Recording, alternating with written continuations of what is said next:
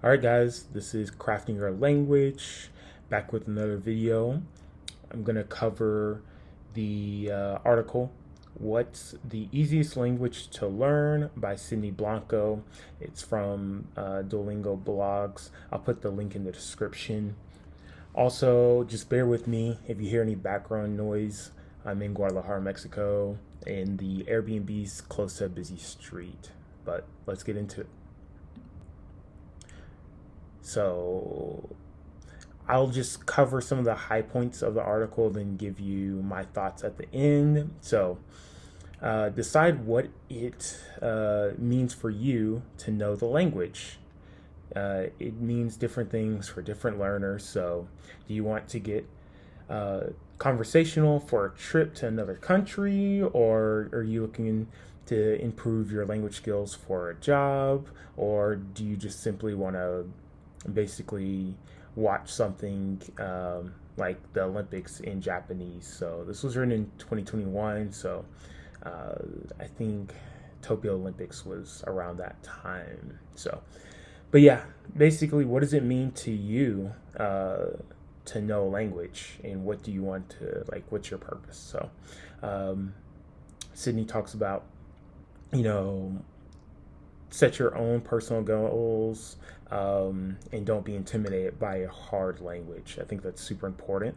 Um, and then she says, to be a confident and effective communicator in a new language doesn't necessarily mean having perfect grammar or a native like accent. You can often scrabble your way to a conversational proficiency pretty quickly, even with hard languages. So I really like that. Like, you just need to really, I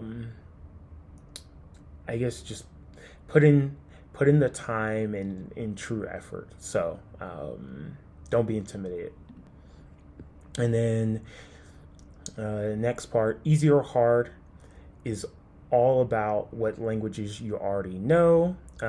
So she talks about transfer from your first language to the new language. So if it's helpful how like the grammatic or like grammar structure set up, that that makes a language easier. And talk about, sounds for spoken languages, hand movements. So there's like American Sign Language, like Spanish Sign Language, and then there's like rules of politeness. And then she goes on about like different like types of concepts or meanings, like cup versus glass versus mug. This could be difficult sometimes, when you're trying to learn a new language that's not similar to your own. So transferring can really help. Language Transfer, it's an app. It's amazing. I used it for French. I would recommend everyone using this app if your target language is on there. So, yeah, I really like this app. I'm not sponsored or being paid by them. I just really like it. I really like the app. So, continuing, depending on when and how you learned your language, she talks about, sometimes if you're learning a third language, maybe your second language could be best at like transferring certain properties. So yeah. And then a language can have a mix of easy and hard properties. Definitely agree with this. Talks about, their sounds, meanings, sentence structures, politeness. And so for an English speaker, the sounds of Japanese might be relatively familiar, especially since it doesn't have tones like Chinese or Vietnamese. Yeah, I remember taking Mandarin, and I think when she put Chinese in there, maybe talking about Mandarin. I don't know, like how Cantonese is versus like the Min dialect or Gan dialect, but I took Mandarin twice, and the tones were very difficult. But yeah, so you have tonal languages, which is difficult for English speakers to native English speakers to pick up. But then she talks about the three Japanese writing systems can be hard to learn, and so can its politeness categories in word order. On the other hand, Chinese has a really challenging sound system for English speakers, but it doesn't have verb tenses, which I really liked this when I was learning Mandarin.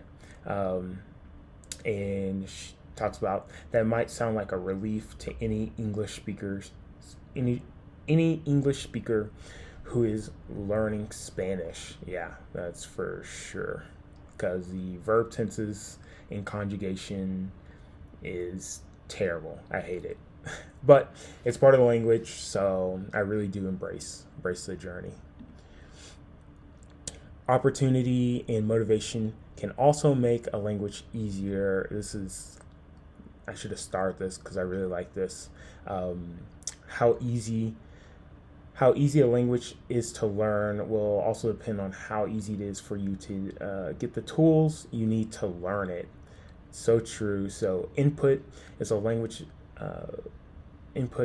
material you can learn from, whether that it's on an app, in a classroom, through conversations in a park, or from watching movies in the language.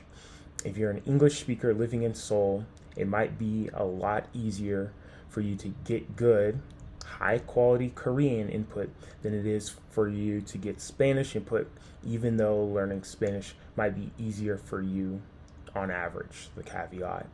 Yeah, so when I first started learning Spanish, I really tried to get as much input as I could, like listening to the radio in Spanish when driving, listening to or watching Netflix shows in Spanish. So input's super important.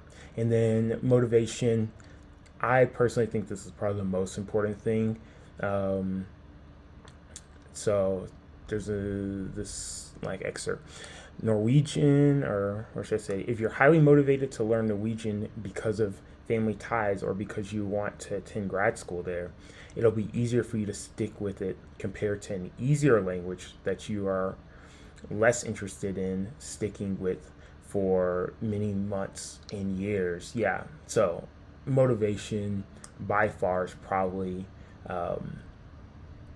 one of the things that will make learning a language easier. Okay, so overall, it's typically easier to study a language more similar to the one you know best. Yeah, so for English speakers, that means many languages from Europe, like Spanish and German, will be easier to learn on average than languages that aren't related to English at all, like Arabic and Chinese, which, I mean, Arabic kind of it can be broken down to quite a bit. Chinese, like I said, there's like Mandarin, Cantonese, and such forth. But there's a caveat, can be murky. For example, English is more closely related to German than French. English is a Germanic language, while French is a Romance language that evolved from Latin, like Spanish and Italian. However, due to invasion and geographical proximity of modern-day France and England, English borrowed many words from French. So today, English shares quite a bit of vocabulary with French, even though grammatically English has a lot more in common with German. Yeah, I've made a few videos about, well, maybe I haven't made a few videos, but I will make some videos in the future about this. And language transfer, he really does a good job in using, basically says speaking French is just speaking fancy English. So using a lot of the words that you already know to transfer into French. So definitely check his app out if you're a new French learner. And the article ends with, no matter which language you decide to study, the most important part of learning a new language is sticking with it. set practical, personal goals for your learning, and then make studying a regular habit that you can do a little at a time for a long time. Yeah, I like that long time. When I read that, I thought of the 10,000 hour rule. I don't know if anyone's familiar with that. It's a concept. It was really popularized by Malcolm Gladwell in his book Outliers. He suggested that dedicating 10,000 hours of practice to a specific skill or field can lead to exceptional expertise and mastery. And he really talked about, I think it's Erickson's research, but he basically said that whatever you're trying to, if you look at any great achievers, whether it's sports, music, programming, like computer programming, whatever it is, they typically log 10,000 hours of practice early in life. I guess you could say earlier or prior to them becoming an expert. So at least Malcolm Gladwell, he put a couple examples, like Bill Gates had, by like the age of 13, had already spent like 10,000 hours of programming due to certain factors. You can read his book. I'm not going to go over all of them, or I'm actually not going to touch any of those factors, but I think it was something crazy like that. And then Malcolm Gladwell also talked about the Beatles. They had spent like countless nights in the Hamburg, they were performing in like some, I don't know if it was a bar or whatever, in Hamburg, Germany in like the early 60s, just accumulating practice hours. So I just wanted to relate that 10,000 hour rule. Like, it takes a long time to become an expert in anything. And, there's critiques, I should say, to that 10,000 hour rule, because there's like, factors like genetics, environment, individual differences, and like actually developing skills. So it's not as simple as like get 10,000 hours. You really have to, dedicate time. That's the main thing. So even if you do 10,000 hours, you may not, I guess, become, I don't know, exceptional or excellent. It's no hard rule, but basically you truly have to dedicate time in deliberate practice and achieving excellence. So, if you're learning, I don't know, German, for example, like just doing Duolingo for 10 minutes a day, and then like you're also like watching TV while you're doing it, that's probably not going to get you there. I remember that, I think, Malcolm Gladwell said like it really has to be pure, like focused 10,000 hours. That's just his thoughts. I just figured I'd throw it in there. I hope that made sense. I just put this clock here because it reminded me of this last part. So, and so my thoughts on what's the easiest language. Let me get this marking pen.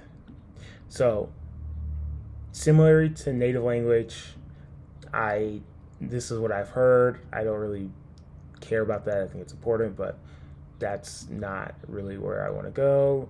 The regular grammar and pronunciation rules, don't really care. Availability of learning resources, like it's maybe something important that gives makes the language easier. Like if you have the resources, of course. Culture familiarity, I think that's important, but not on my list. Motivation and interest, this is probably the most important thing to me. Whatever your motivation, like if you have true, genuine motivation and interest, that will make the language so much easier to learn. Regular opportunity for practice, supportive learning environment. Yeah, this is very important too, I would say. So, like when I was learning Spanish, it was really easy because living in Texas, a lot of towns, you could go to some areas and you could like read signs in Spanish, hear Spanish spoken all the time. So, your brain is constantly, at least for me, um, constantly hearing the native language, and that was really, really helpful. And clear writing system, yeah, I'm gonna say no. I mean, even like an language like Arabic, I mean, you can still, you know, those those characters aren't any harder than someone who doesn't, I guess, know the Roman um, characters. Like, if someone grew up only, you know, I guess, knowing Sanskrit or whatever, and they saw Roman letters, they would probably look at those crazy too. So, that's not that important to me. Really, motivation and interest, regular opportunities for practice slash supportive learning environment. Those are the two big things that will make your language learning process so much smoother. And then availability of learning resources for sure. So that's all I really wanted to talk about. I know it was a long video, but thanks for watching.